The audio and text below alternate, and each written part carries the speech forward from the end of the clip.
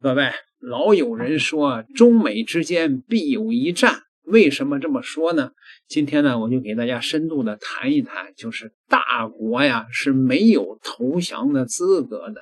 无论是中国还是美国，所以必须得打服了一个。这两天呢，大伙儿也都看到了，是吧？中国对于美国的所谓的对中国的这些制裁是对等反击，一个比一个狠，这就是摆明了要在经济上脱钩，在军事上呢，那就是直接对抗。这两天呢，美国也挺狂啊！美国说我不承认你在黄岩岛公布的那个自然保护区，我派航母去南海保卫菲律宾去。我们有这个安保条约啊，然后呢，中国立刻就派出了解放军舰队到南海去实弹演习，而且派中国的轰炸机挂上了这个鹰击系列大航母的导弹，甚至挂上了可携带核弹头的啊，可以打到美国本土的惊雷一，这是明摆着啊，腰里别着扑克牌，谁来跟谁来了。而今天呢，传出的最新的消息是，美国政府呢又说，你中国敢封锁台湾海峡，我是坚决反对的。那位说啊，中国把台湾海峡给封锁了，是确实中国把台湾海峡给封锁了。中国的官媒啊，央视8月6号说，由于台风的白海豚，广东海事局决定于8月6号18时起对经过台湾海峡南口北上的船舶实施交通管制。美国国务院的发言人8月11号回复美国之音的这个采访的时候说，美国反对任何干预适用于台湾海峡公海航行与飞越自由的活动。这不是又针尖对麦芒，又杠上了吗？是吧？那这个现在中美两国走到如今的这种地步了，那9月份的时候，习主席还来不来呀？我觉着没有必要了吧。在南海，我一直劝中国在南海直接把菲律宾猴子给打残，把美国给打服，台湾问题也就解决了。盖因大国是没有资格投降的。为什么有人说中国至今都在为一场世界大战做准备？我们很清楚其他国家可以投降，我们连投降的资格都没有，所以必须时刻做好打赢世界大战的准备。很多人一直想不清楚一个问题，那就是为什么大国不能投降。我曾经在网上看到过很多类似的言论，大概意思是说，日本、韩国、新加坡还有一些欧洲国家，他们主动向美国靠近，然后一跃成为了世界闻名的发达国家。那既然如此，为什么我们还要和美国对着干呢？直接跟着美国混，不是更容易过上美好的生活吗？这种言论在我们实力的低谷期广为流行，甚至到了如今，很多人都没有想清楚这个问题。今天我花几分钟时间，一次性讲清楚这个问题的本质。首先告诉大家问题的答案，大国是没有资格投降的。这不是你想不想的问题，而是你投降也不会有人接纳你。原因很简单，因为养一个大国需要的资源是一个天文数字。就以美国为例，2024年美国的人均 GDP 大概是8万美元左右， GDP 总量世界第一，人均也处于世界前列，是全球顶级的发达国家。我可以非常直接的说，美国就是全世界最富有的国家之一，没问题吧？可就是这样一个无比富裕的国家，一旦他们的国家财富除以14亿，它的人均 GDP 立马就会缩水到2万美元附近，即将跌出发达国家的门槛线。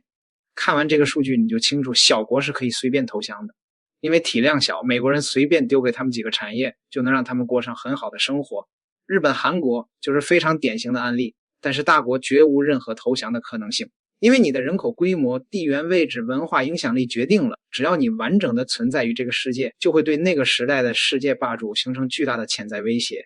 所以从美国的角度去看，只有彻底的肢解掉这个庞然大物，他们才能永绝后患。这是生态位的结构性矛盾，不是哪一个政客是否好心的问题。这么简单的道理，可惜很多人一直看不清楚。当年大汉奸汪精卫为什么主张投降？因为他没有看清中日之间关系的本质。在那个年代，日本他争夺的到底是什么？答案是对东亚乃至对整个东南亚的战略主导权。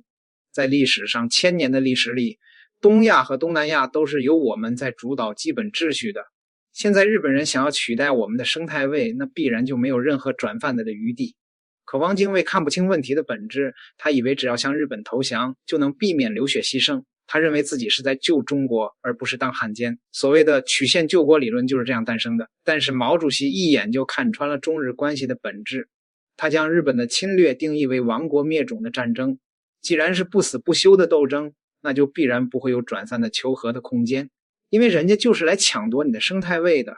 只有灭了你，他们才能安心上位。我们想象一下，如果日本以相对和平的方式占领了那个年代的中国，那他们面临的是一种什么样的场景？答案是他要以7000万左右的人口基本盘去同化压制一个有4亿人口、1000多万平方公里疆土的世界大国。如果你是小日子，你能安心当好这个东亚之主吗？毛主席他老人家为什么厉害？因为他一眼就看穿问题的本质，直接走的就是放弃幻想、抵抗到底的道路。就这一点，别说领先同时代了，就是放到如今都领先很多当代人。什么叫高瞻远瞩的战略家？这就是毛主席从来都清楚，大国是没有资格投降的，因为一山不容二虎，一头狮子不会轻易把自己后背留给一只老虎，这是自然界的基本生存法则，连动物都能清楚。如果你还想不清楚，那就想想俄罗斯。毛主席曾点评过《水浒传》，他说水浒这本书好就好在投降，因为他给了后世所有投降派一个警示，投降的结果到底是什么样子。可惜俄罗斯的叶利钦显然没有看过这本书，所以他做的事儿本质上就是在重复水浒里面宋江集团的悲剧。我们仔细想一下，美国和苏联是一种什么样的关系？哪怕我们拿开意识形态的差异，我们也能看清楚，美苏之间本质上争夺的就是对世界的领导权，谁赢谁就是世界霸主。站在美国的立场去看，1991年虽然苏联已经倒下，但是其长子俄罗斯却继承了 80% 左右的实力。俄罗斯的核武库规模依然是全球第一，俄罗斯的军事破坏力依然是坐2望1的水平。就这样的一个国家突然说要给美国当小弟，你觉得美国人会怎么看待这件事情？所以当年美国人对俄罗斯的策略就是一边口头答应稳住俄罗斯的高层，一边想尽各种办法去肢解俄罗斯的实力。比如说在经济领域，90年代初美国人告诉俄罗斯，你们想要加入我们的阵营，那就要听我们的指挥，要实施一套叫做华盛顿共识的经济改革方案，要实行休克疗法。总之就是要用西方的自由化、私有化去瓦解俄罗斯的经济秩序和工业实力，让俄罗斯沦为一个大好的资源供应国，然后是国家财富领域对俄罗斯的掠夺。美国人联合俄罗斯国内的寡头，以极低的成本攫取了苏联积累下来的庞大国有资产，如石油、天然气、金属等等，导致俄罗斯国家财富大量流失，很多人一贫如洗。最后就是军事领域对俄罗斯的削弱，他们要求俄罗斯削减战略武器，在10年内将进攻性核武器的数量削减到了3500枚，并销毁了大规模杀伤性武器。虽然俄罗斯当时国内还有一些理智，没有像乌克兰那样直接契合，但也对俄罗斯的军事实力造成了巨大打击。做完这些事情之后，俄罗斯的实力大幅削弱。巅峰时期，苏联的 GDP 曾一度是美国的60%，但经过美国指导的改革之后，到1990年代末期，俄罗斯的 GDP 只有美国的1/20了。经过如此惨烈的自我伤害，俄罗斯以为自己终于获得了投降的资格。当时叶利钦兴高采烈地跑去问美国人，大哥，我们现在可以加入西方阵营了吧？比如说什么 WTO、北约这些组织，我们是不是也可以加入？可结果呢，美国直接拒绝了他们加入 WTO 的提议。至于加入北约组织，那更是完全不可能的事情。为什么美国好几任总统都不愿意俄罗斯加入北约？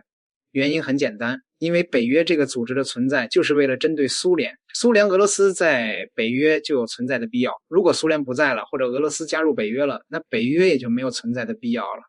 说白了，北约之所以会存在，就是因为欧洲国家担心俄罗斯的军事威胁，所以他们才会团结在一起。如果俄罗斯也加入了他们，那出局的就会是美国人，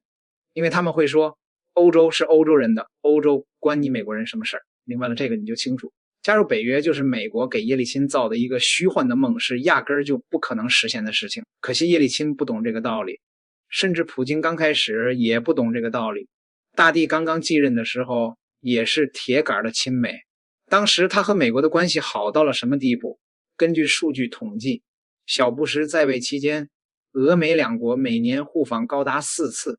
频繁的简直不可思议。而且普京还多次出入小布什的私人府邸，经常被媒体拍到两国勾肩搭背的照片。2001年的时候，普京和小布什第一次见面就直接送上了母亲留给自己的十字架。他深情地询问小布什，总统先生，你相信俄罗斯吗？还有后来911之后的反恐战争。普京也是表现最积极的那一个，他在第一时间就给小布什打了关心电话，比日韩还要更快。他还一边派克格勃提供情报，一边让前苏联盟国开放机场，让美军直接进入中亚驻军。为了小布什的政绩，他是拼尽了全力，就差自己出兵去帮小布什反恐了。可结果呢？美国人是如何对俄罗斯的？第一，反复拒绝俄罗斯加入 WTO 的提议；第二，不仅不让俄罗斯加入北约，还把俄罗斯周边的国家全部都变成了北约成员国，北约东扩到了俄罗斯的脸上；第三，在格鲁吉亚、乌克兰等地不断扶持反俄政府，想要持续给俄罗斯放血。经过这些事情之后，普京终于醒悟了，这才有了后面的克里米亚战争和靠近东方的事情。所以不要以为普京一开始就是反美的，人是会成长的，只有挨了毒打才知道谁才是值得信赖的朋友。我一直认为俄罗斯的真实经历对我们是非常有价值的。因为熟悉以前国内环境的朋友都清楚，在21世纪前10年，国内简直是投降派遍地，公知横行，那时候敢公开爱国都需要极大的勇气。可有了俄罗斯这个真实案例之后，国内的一些人突然醒悟了，原来大国是没有投降的资格的。这时候他们才会明白，毛主席当年的高瞻远瞩，对于中国这样的世界大国，压根儿就不存在屈服和依附的道路，想要过上更好的生活，唯一的道路就是独立自强，让自己去引领世界的秩序。所以现在中美之间的这种小规模的驯服行动应该是最合适的时机。因为大伙儿也都看到了美国这只纸老虎在中东让伊朗就把这个毛给拔光了，白头鹰变成了这个什么光着的了，对吧？它的武器库存都没有了，更别说在这个中国的近海支撑一场这种高强度的军事行动了。一定他不敢去，或者是去了也被打的是丢盔卸甲，就看中国现在是怎么选择了。不过呢，中国的网友呢，在这个天天气愤之余，也都逐渐的会迎来这种看见这个别的西方列强频繁的谴责中国的一种暗暗的爽感吧，也算是出口气吧。点个订阅，咱们下次再聊。